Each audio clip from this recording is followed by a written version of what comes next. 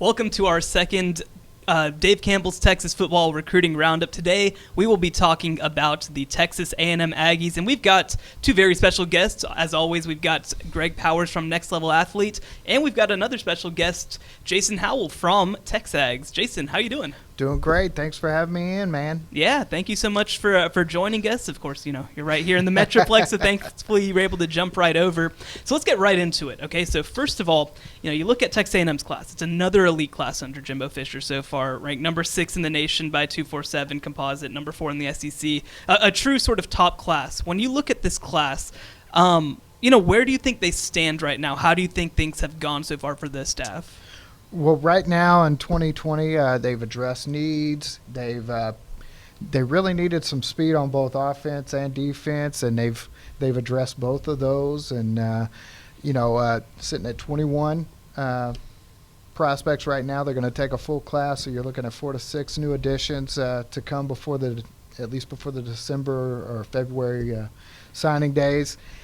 Strengths, receiver, D-line, O-line, Damon Demas, 5-star, kind of the headliner there. So they've got a lot of really strong pieces to the puzzle. 3 of the top 10 in the state of Texas. I want to say they're the only ones recruiting the state that can say that, regardless, whatever ranking you're looking at. So they've done a good job both inside and outside of the state, and set themselves up for another key building block for that Jimbo Fisher program.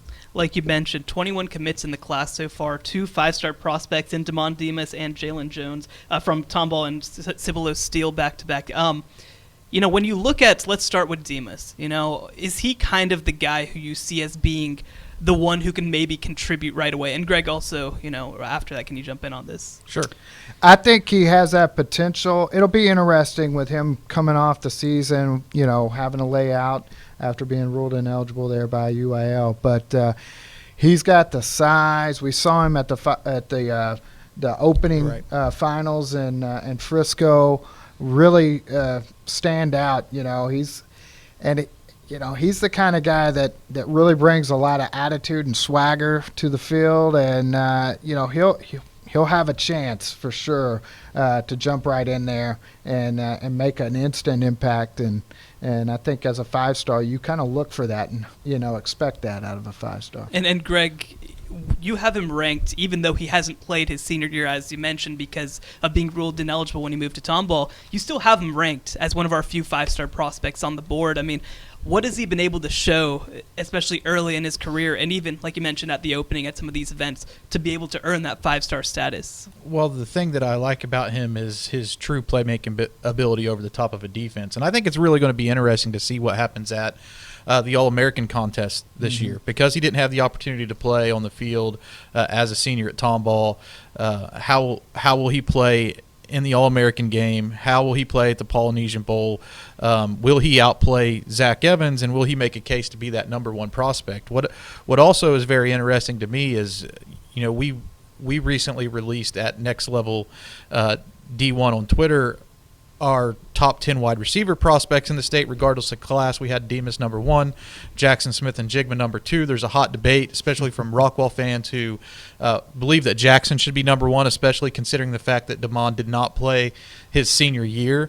That's going to give them an equal playing field. I mean, you're going to be able to evaluate these guys one-on-one, and recruiting rankings aren't just taken on a picture of this day. It's a continued process that you look at recruiting rankings throughout the course of a whole season, and there's still evaluation time left for both of those guys. Damon Demas is number 2 player in the state at in the DCTF Hot 100 right now, and Jackson Smith and Jigba is number 3. So that's going to be a healthy debate. One going to Texas A&M, one going to Ohio State. But right now, I give the edge to Demas just based on upside and potential. You just don't see somebody with his size, frame, and really leaping ability. It's a special. He's a special wide receiver, and I still feel like, and I stuck to this, throughout the whole course of the season, that he's probably the best wide receiver prospect that I've covered, potentially on upside. I think I put him in that Julio Jones, A.J. Green class, and if he develops that way in Texas A&M, I think you'll probably be hearing his name on draft day. When you are evaluating a prospect and you have a guy who doesn't have any senior film. How do you take that into account when you're trying to rate a guy, when you're trying to project him to the next level? Well, just because he doesn't have film doesn't mean we're not evaluating him. Jason can Exactly, attest. yeah.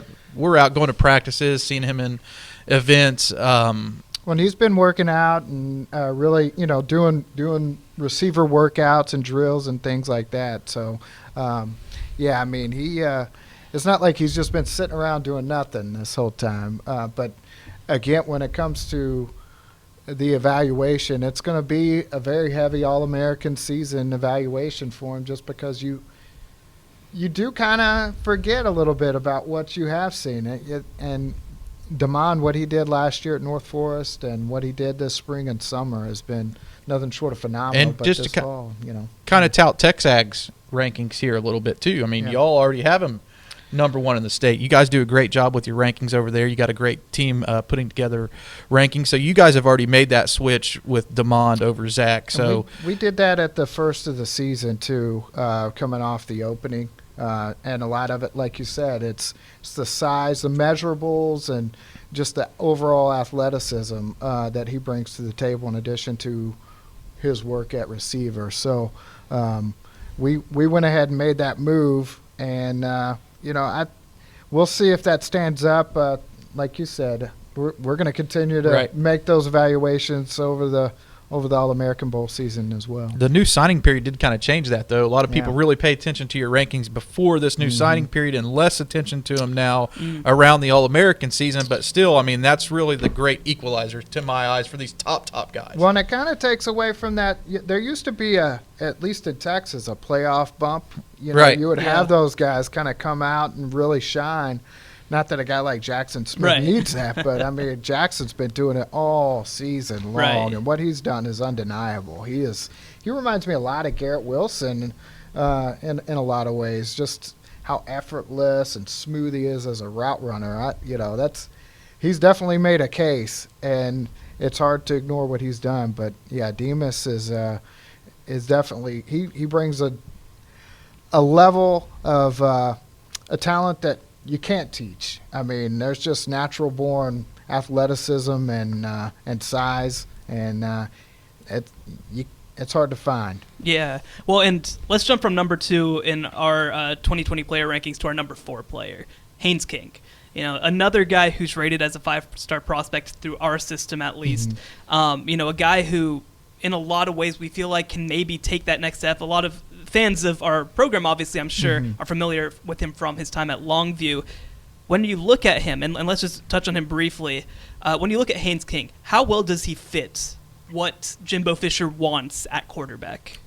One of the things that you see, and not just Haynes, but also Eli Stowers, is these are guys who can run a wide open spread offense, but they also run a lot of pro style type of sets and do a lot of different. They're asked to make a lot of calls, and adjustments at the line and make complex reads as quarterbacks, and they're dual threats. With Haynes, his athleticism's a little bit undervalued. You were talking about he ran the fastest 40 time at the opening. He's a 400-meter guy. Gabe Brooks of 247 will tell you he's the fastest guy on Longview's football team. So that is a team that it prides itself on its speed. So he brings a level of athleticism that I think is a little undersold or under the radar. So he brings a lot there to fit in. Jimbo likes those kind of guys that they're cerebral, they're multiple, they're able to run and throw, and he's a guy that when he gets on the chalkboard, he knows what he's doing with that dry erase marker or whatever. He knows how to chart up a play and really do some damage in the meeting room. I think it's easy to sum up what Haynes is bringing to the table as an upgraded version coming out of high school of Kellen Mond. They have a lot of similar attributes. And before we go on, I just want to talk a little bit about Jalen Jones, who's another one of the top-rated guys. One of the top defensive backs, if not the top defensive back in the state. We have him rated as the number 1 DB. And I think when you put him into the mix in that defensive backfield, of what they recruited in the 2019 cycle, you're starting to see some very special guys at Texas A&M, and I think that's really what can help that program take the next step from being a team that walks into the season and say, we have these games against Alabama, LSU, Auburn, Georgia, whoever it may be in the SEC. These are the guys that you need in that defensive secondary to stand up to that test. And with Brian Williams and Eric Young, Damani Richardson, all those guys who have played well already at Texas A&M, you throw a guy like Jalen Jones, who's very versatile into that mix, and I think that you're starting to see the foundation of something that could be special there. Yeah. Let's go ahead and move on to our next question. The class sleepers. Again, 21 kids in the class, and when you have this many top-end prospects, I mean, obviously sleeper is kind of a funny term to throw around. Yeah. But when you look at this list, who are some of the guys who stand out to you as guys who either, one, could contribute right away, or two, will eventually contribute down the road? Let's paper, rock, scissors on who gets to pick their sleeper first. All right, you ready? Oh.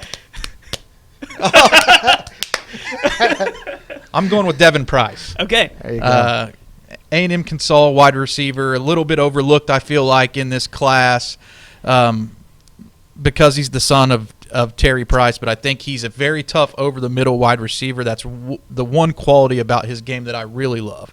He's got good hands, and he's fearless coming across the middle, and I think that that's something that also that you need to have in the SEC. When you're a quarterback and you're looking to a guy that you need to convert a first down, he's the type of guy you go to. So that's my pick. All right. Good pick, by the way. I was gonna have him high on my list, but I'm gonna go with Josh Bankhead.